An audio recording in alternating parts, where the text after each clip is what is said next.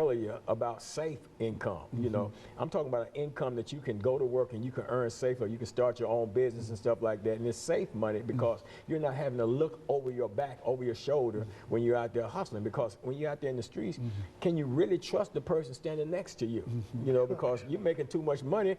They got a bad day going on. Their dope might not be as good as yours, so they're going to decide they're going to just take you and rob you and kill you. And the first thing they're going to do is they're going to shoot and kill you because they know if they just rob you, the chances of you coming back. So now the fear factor kicks in. So if I'm going to take your money and I got to kill you, because if I don't kill you, there's a chance you're going to come back and kill me because you just ain't going for it.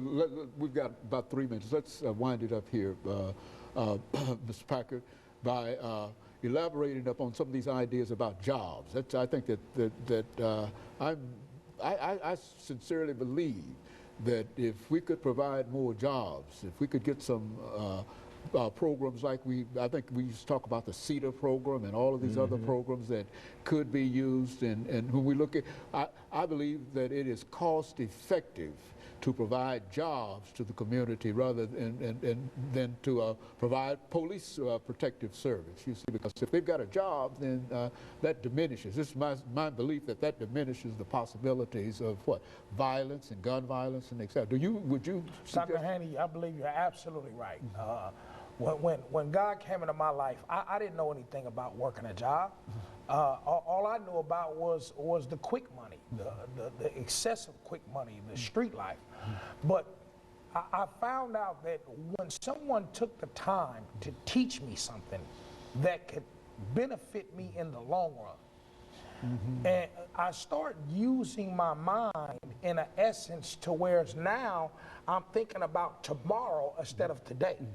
And see, I believe that if we get programs that will enhance the education of the community, of people in the community, of men and women who are using these guns and turning to the streets, if we get programs that can teach them a trade, you know, Job Corps stops at I think 22 or 24, but we have 34 and 44-year-old men and women in the streets robbing and stealing.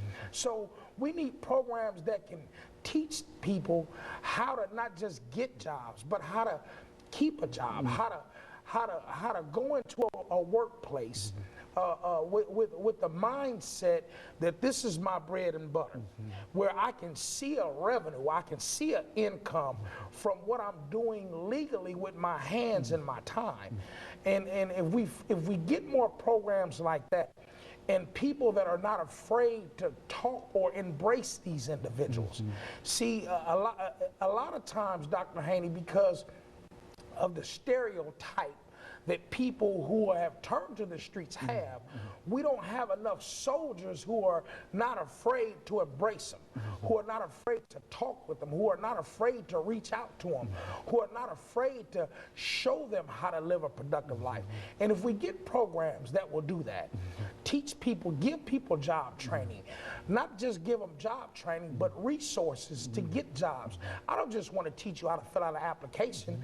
I want to have a line of resources to where I can get you into a place once you learn the trade. Very good. And of course, let me thank the two of you for bringing that excellent information by. And let me encourage our audience to tune in again next week for another informative edition of Comments. Thank you and good morning.